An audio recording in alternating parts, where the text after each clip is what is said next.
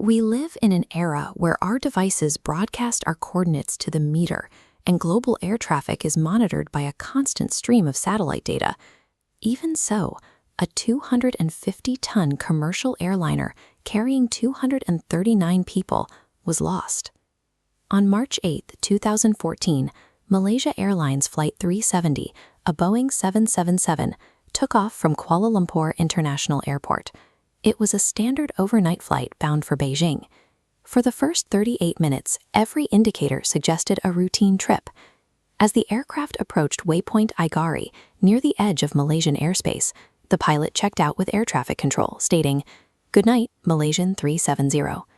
2 minutes later, at 1:21 a.m., the plane's transponder stopped transmitting. Without this unit actively broadcasting the aircraft's identity, altitude, and speed, civilian radar systems could no longer see the flight. MH370 had slipped off the network. By daybreak, the lack of data caused immediate chaos. This data gap exposed a specific vulnerability.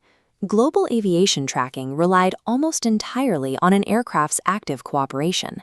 If those onboard systems stopped functioning, air traffic control lost their ability to track the plane. While civilian air traffic control listens for transponder signals, military primary radar is different. It bounces radio waves off the physical structure of an aircraft, meaning it can track an object even if all its internal communication systems are dark. When investigators reviewed military radar logs from that night, they discovered an unidentified track moving in a way no one expected. The data showed MH370 making a sharp left turn away from its path to Beijing, crossing back over the Malay Peninsula. The aircraft traveled northwest over the Strait of Malacca, following established flight corridors. At 2:22 a.m., roughly 200 nautical miles west of Penang, it flew beyond the reach of military radar and over the open Andaman Sea. Despite the primary radios being silent, a secondary piece of hardware, the satellite data unit, remained powered. For the next 6 hours, this system continued to exchange an hourly, automated handshake with the Inmarsat satellite network, providing the only record of the flight's continued existence. To find the plane, investigators looked at the burst time offset. By measuring the fraction of a second it took for the signal to travel from the satellite to the plane and back, they could calculate the distance between them. On a map, this distance created a massive circular arc, showing the aircraft's possible location at the time of each ping. The team then applied a second calculation, burst frequency offset. Because the plane was moving, the radio frequency of its signals shifted slightly, an application of the Doppler effect. Analyzing these frequency shifts allowed researchers to determine that the aircraft had turned south, eventually flying along a specific path known as the seventh arc. By combining these two physics-based calculations, investigators concluded the aircraft flew for over 6 hours into the remote southern Indian Ocean, eventually running out of fuel and descending. While the Inmarsat math was rigorous, it remained a theory. For more than a year, search vessels scanned the sea floor in the high probability zone and found no wreckage. Physical evidence finally surfaced on July 29, 2015. A flaperon from a Boeing 777 washed ashore on Reunion Island, thousands of miles from the search area. Serial numbers confirmed it belonged to MH370. Over the next year, more debris washed up on the shores of Madagascar and South Africa. The movement of these pieces across the ocean aligned with drift models that began at the seventh arc.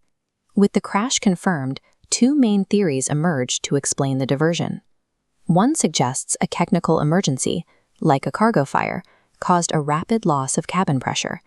This would have led to hypoxia, rendering the crew and passengers unconscious. This scenario has happened before. In 2005, Helios Airways Flight 522 suffered a pressurization failure that incapacitated everyone on board.